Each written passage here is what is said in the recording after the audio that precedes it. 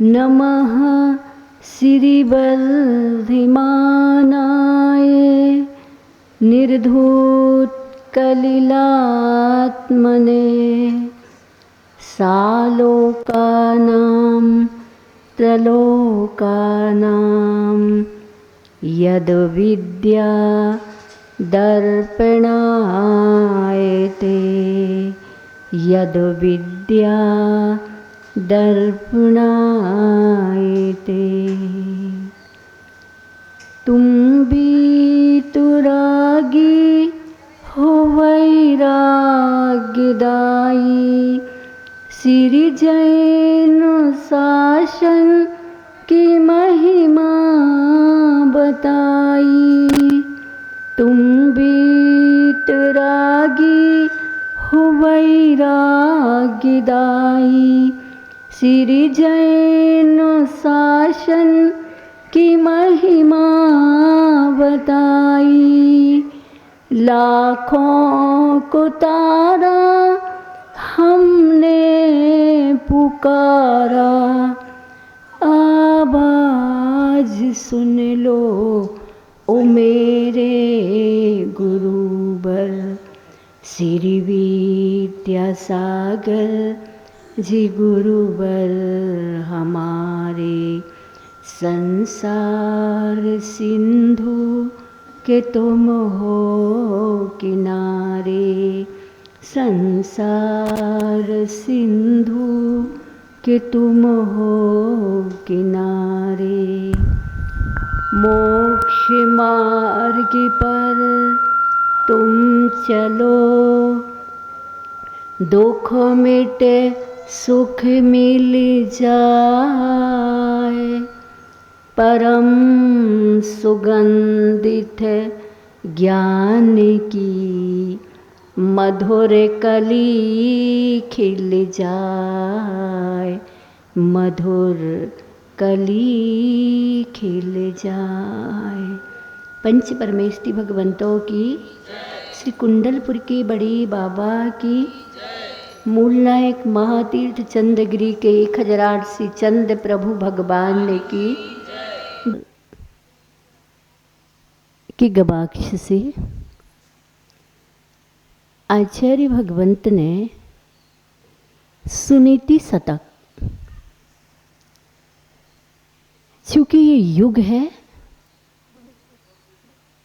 ये विश्व है, ये संसार है और समाज, परिवार और घर ये नीति के बिना नहीं चलता। सो आचार्य भगवंत ने अद्भुत व्यक्तित्व के धनी को एक श्रेष्ठ व्यक्तित्व के सृजन हेतु सुनीति शतक लिखा है। बहुत अच्छी बात आचार्य भगवंत ने ये कहा है, उभय लोक में हित की बातें कई सुनाते सुनते थे। उभय लोक में हित की बातें कई सुनाते सुनते थे। विगत काल में भी सुनते थे, सुनते सुनते गुनते थे। धर्म सुनाता कौन सुने अब, यह भी दुर्लभ विरल मिले। हित पथ पर चलने वाले तो ईद चंद्र सम विरल खिले। ये पंक्तियाँ इस युग के वास्तविक स्वरूप को झलकाती हैं। उभय लोग यानी इस लोक और परलोक, ये उभय लोक कहलाता है। इन दोनों लोकों में हित की बातें होती थी, सुनते और सुनाते थे, सुनते सुनते गुनते भी थे, ग्रहण भी करते थे, चिंतन मंथन और मंचन करते थे। लेकिन आज वर्तमान युग की बात कहें, कौन सुनाता, कौन सुने। अब धर्म को भी कौन सुनाता है और कौन सुनता है, ये बहुत दुर्लभ है, विरल है। ये बिरलों को मिलता है। किस प्रकार कि ईद चंद्र सम विरल खिले। ईद का चांद किसको दिखता है? बहुत कम लोगों को दिखता है। तो ईद के चांद के समान दुर्लभ है वर्तमान में। और अब आचिस ने इतना साहित्य लिखा, इस प्रकार की उनकी चर्या थी, इस प्रकार से उनका ज्ञान था, फिर भी आचिस जी अपनी लघुता प्रकट करते थे। और वो यूं कहते थे, बल में बालक हूँ किस लायक, बोध कहाँ मुझे में स्वामी, तो गुण गण की स्तुति से भी पूर्ण बनूं तुम सा नामी। गिरि से गिरती सरिता पहले, पतली सी जा गिरती है, किंतु अंत में रूप बदलती सागर में जा ढलती है।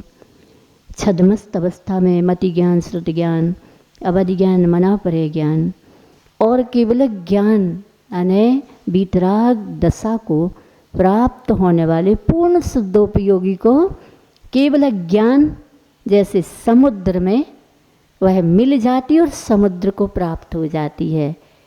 ऐसे आचार्य भगवंत ने इस युग को कहा है कि लोग सोचते हैं कि हम सिर्फ आँखों से अंधे हैं, लेकिन आचार्य ने कहा है, मोही जड़ जन अंध बने हैं, विषयों में जो झूल रहे, महाअंध हैं, अंधों से भी सत्य पंथ को भूल रहे।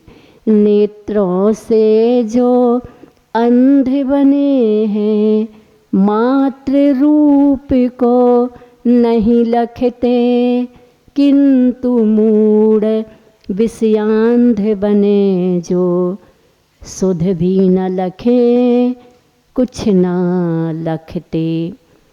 कहने का मतलब ये कि अंधों की कमी नहीं है।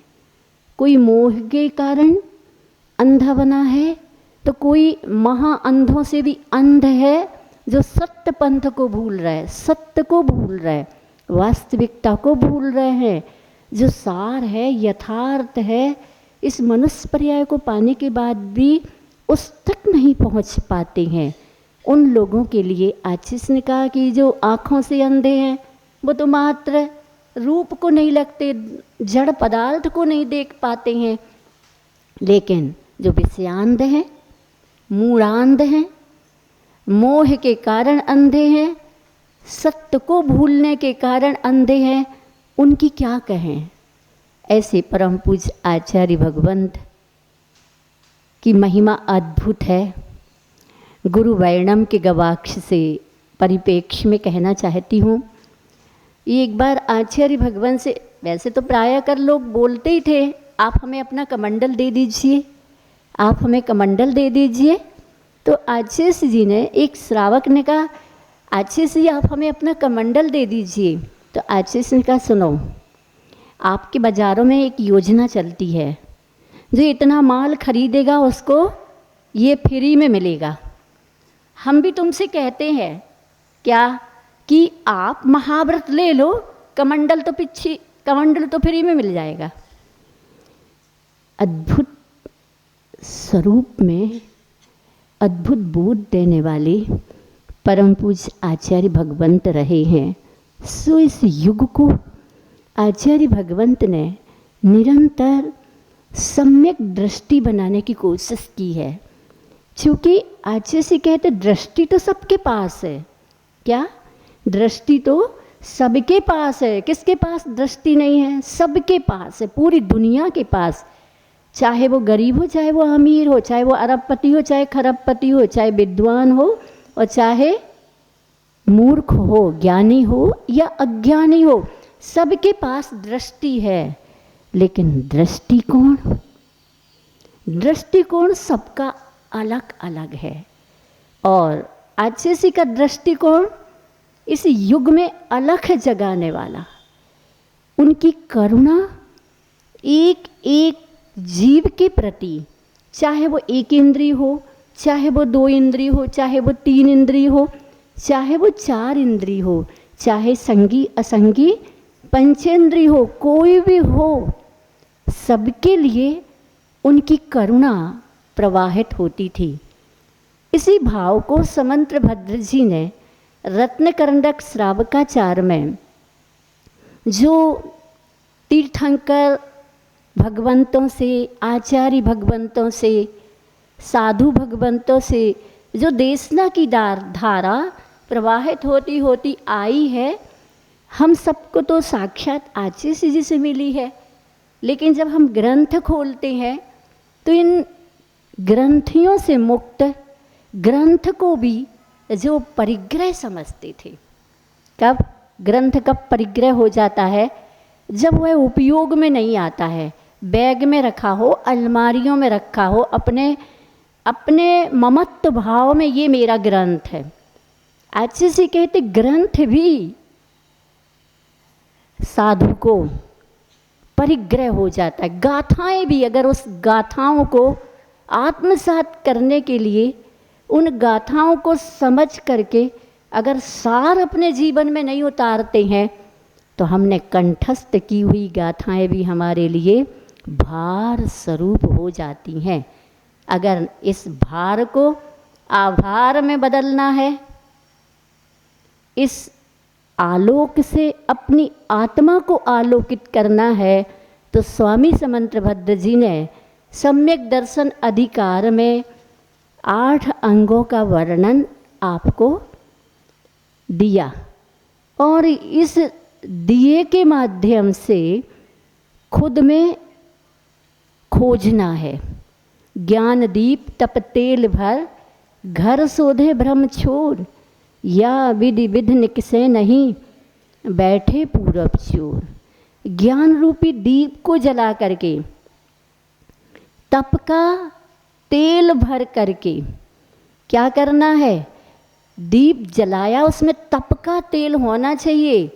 तप्यतेति तपः, दुनिया तपती तो है, लेकिन धम्मम भोग निमित्तम, धर्म को भोग के निमित्त करने के लिए तपती है, न कम्म क्षयम कयावी, कर्म क्षय के लिए नहीं तपती है। सो वो वास्तविक तप नहीं हो पाता। अभी 10 धर्म लक्षण धर्म आने वाले ना, लोग तप 10 उपवास करेंगे, और भी तप करेंगे, कोई उपवास करेगा, कोई एकासना करेगा, कोई रस परित्याग करेगा, बहुत से तप लोग अलग अलग तरीके से तप करेंगे। लेकिन इस तप का उद्देश्य क्या होना चाहिए? सम्यक दृष्टि जो होगा वो तप का उद्देश्य कर्म क्षय बनाएगा, और इसके अगेंस्ट वाला दृष्टिकोण होगा वो क्या बनाएगा? संसारिक भोग, स्वर्ग के सुख, समाज में प्रतिष्ठा, घर में हुकूमत, अधिकार, समाज में भी अधिकार मिले। ये सब सम्यक दृष्टि की विशेषताएं नहीं है। सम्यक दृष्टि तो कुछ नहीं चाहता है, कोई पद नहीं, आत्म पद में ही वह अपने आप को ले जाने की कोशिश करता है। तो 8 अंगों का वर्णन आप सभी ने सुना।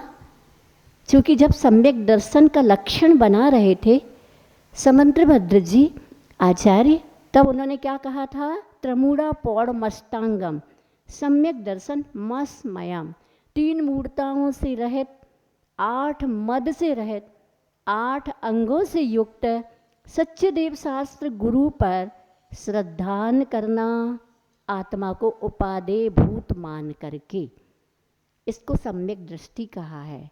तो 3 मूर्ताएं कौन सी है?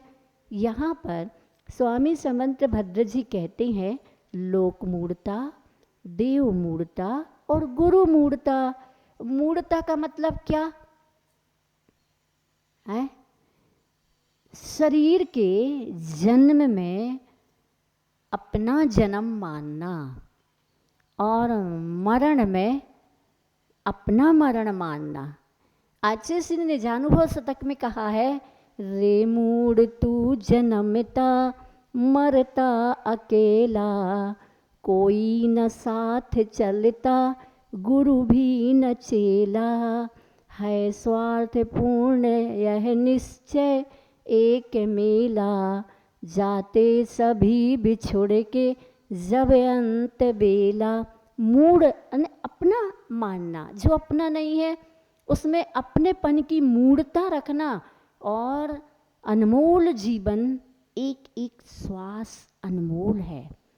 आचार्य जी कहते एक एक क्षण को पल्लवित करो जिन शासन देव शास्त्र गुरु की आज्ञा से, लेकिन आज्ञा से पल्लवित ना करता हुआ धन दौलत से पल्लवित करने की प्लानिंग करता है। मिथ्या दृष्टि की प्लानिंग हमेशा प्लान होती रहती है।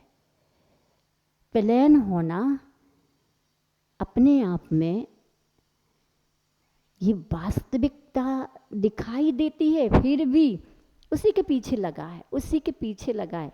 आचार्य जी कहते पीछे क्यों लगा है, एक बार पीछे तो ले ले, या पीछे वालों के पीछे हो जा, सब समझ में आ जाएगा। तो यहाँ पर आज हम लोक मूढ़ता का वर्णन स्वामी समंत भट्ट जी की दृष्टि में वो क्या कहते हैं देखते हैं। आपगा सागर स्नान मुच्यः सिक्तास्मिनाम, आपगा सागर स्नान मुच्यः सिक्तास्मिनाम, गिरिपातोऽग्निपातश्च लोकमूढ़ं निगद्यते।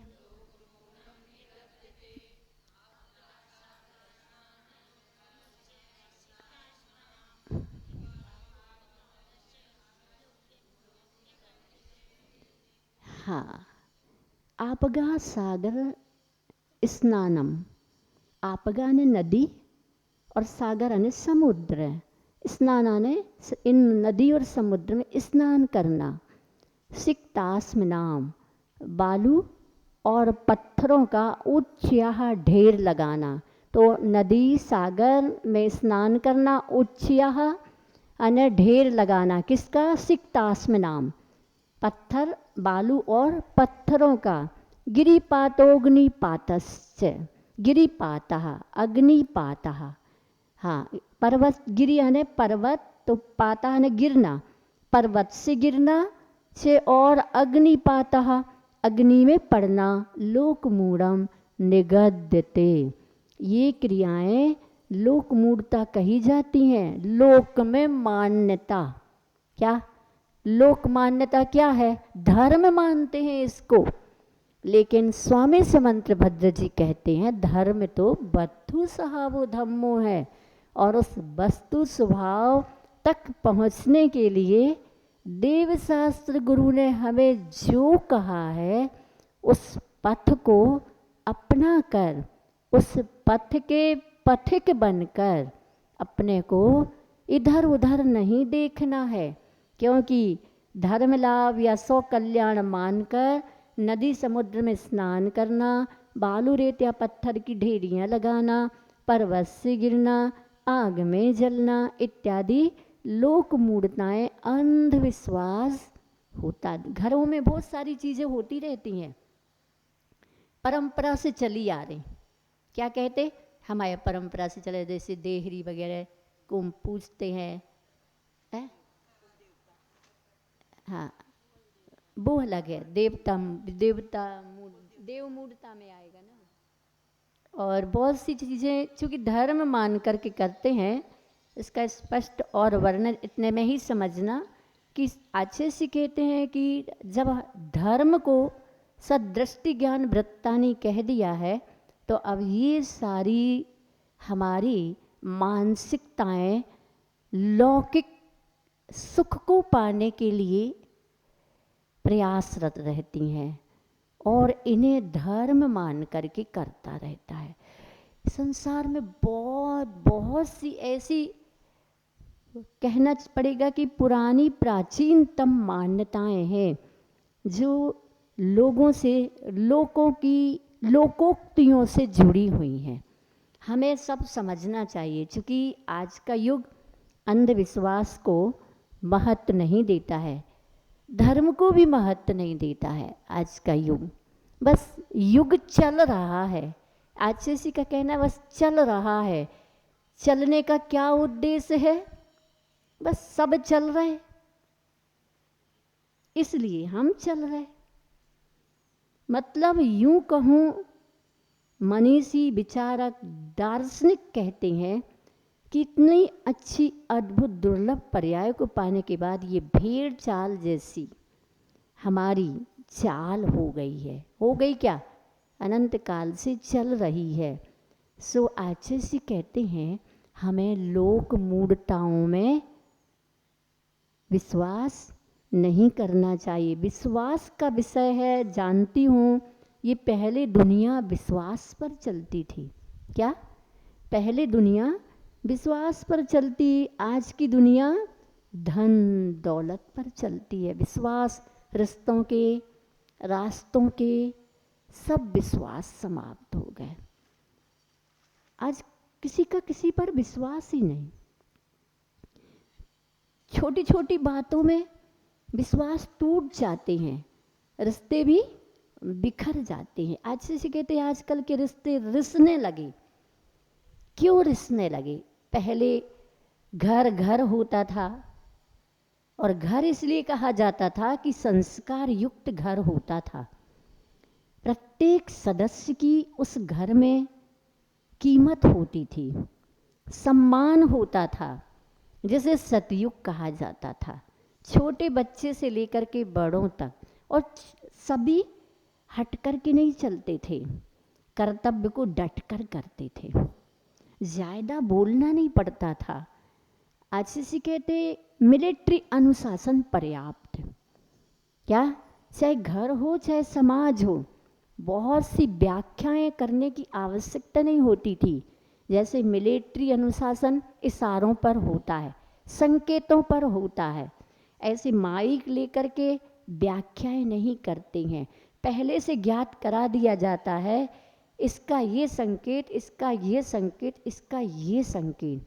ऐसे ही मैं मिलिट्री अनुशासन को पसंद करता हूँ, चाहे वो समाज के बीच में हो, चाहे संघ में हो, और चाहे प्रतिभा मंडल हो, चाहे ब्रह्मचारिणी ब्राह्मी आश्रम क्यों ना हो, सभी जगह मुझे मिलिट्री अनुशासन पसंद है।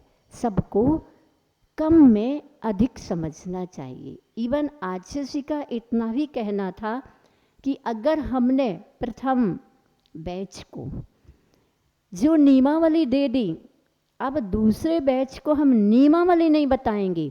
प्रथम बैच वैसा चले, वैसा उठे, वैसे कार्य करे कि आगे आने वाला नया बैच तुम्हें देख करके नियमावली सीख ले, खुद चलना। इतनी दूर दृष्टिकोण और अद्भुत उनका बताने का ढंग था। सो आचार्य हमेशा कहते हैं हमें लोक की मान्यताओं में अपना भाव, अपना दृष्टिकोण ऐड नहीं करना है। हमें तो गुरु ने दे दिया, उसी दिया को लेकर के आगे बढ़ना है। और आगे बढ़ने का मतलब धन दौलत में आप आगे बढ़ना चाहे तो नहीं, धर्म में आगे बढ़ो। किस में आगे बढ़ना है? धर्म में। तो यह लोक मूढ़ता हमारे सम्यक दर्शन को नष्ट करने में बाधक बनती है।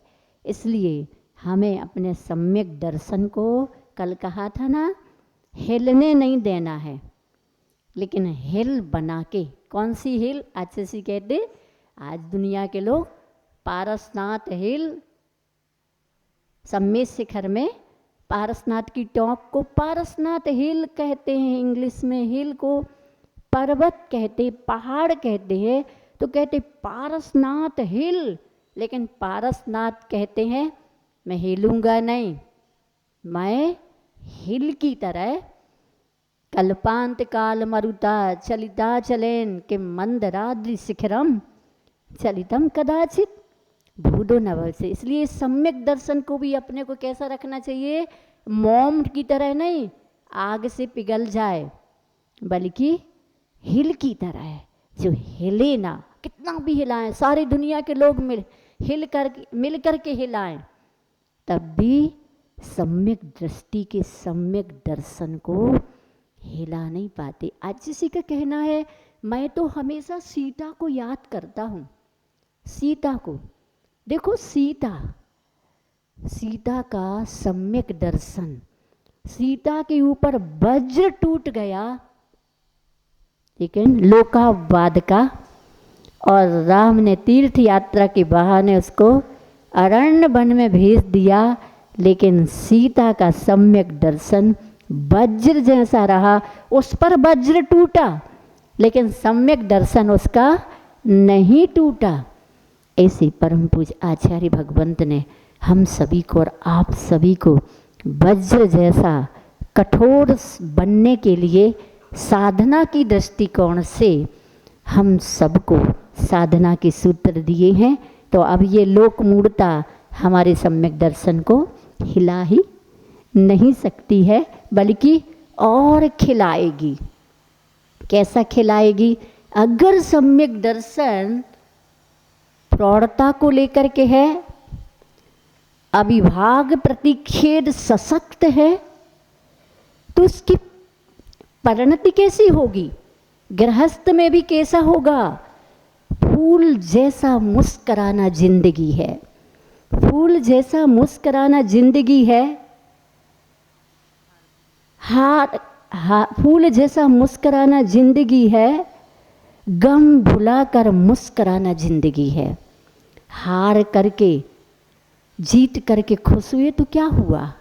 हार करके मुस्कराना जिंदगी है। ये सम्यक दृष्टि की वृत्ति है। कभी हार भी जाए, घाटा और मुनाफा तो होता ही रहता है बाहर का, जड़ का, लेकिन चेतन में घाटा और मुनाफा का बराबर ध्यान रखता है। सम्यक दर्शन में घाटा नहीं आना चाहिए, हमारी श्रद्धा में घाटा नहीं आना चाहिए, बल्कि हमारी श्रद्धा में दरार ना आए, श्रद्धा द्वार बन जाए तो समर्पण गली अति साकरी तामें दो न समाए। क्या समर्पण की गली इतनी सकरी है कि दो नहीं समा सकते, सिर्फ एक ही समा सकता है। वो कौन है समाने वाला? भगवान बोलते नहीं है, गुरु हमें बोल करके संकेत दे करके हम उन्हीं को अपने समर्पण में समाहित करना चाहते हैं। ऐसी साधना के लिए आचार्य जी कहते हैं, अच्छे अच्छे योगी भी नमस्कार करते हैं। मैं भी उन योगियों को नमस्कार करता हूँ। ऐसा गुरु ने हम सबको सिखाया है। इसी सीख के साथ हम सभी बोलिए आचार्य भगवंत गुरुदेव श्री विद्यासागर जी महाराज की, गुरुनाम गुरु श्री ज्ञान सागर जी महाराज की, आचार्य भगवान श्री समय सागर जी महाराज की, 3 कम 9 करोड़ मुनि राजों की।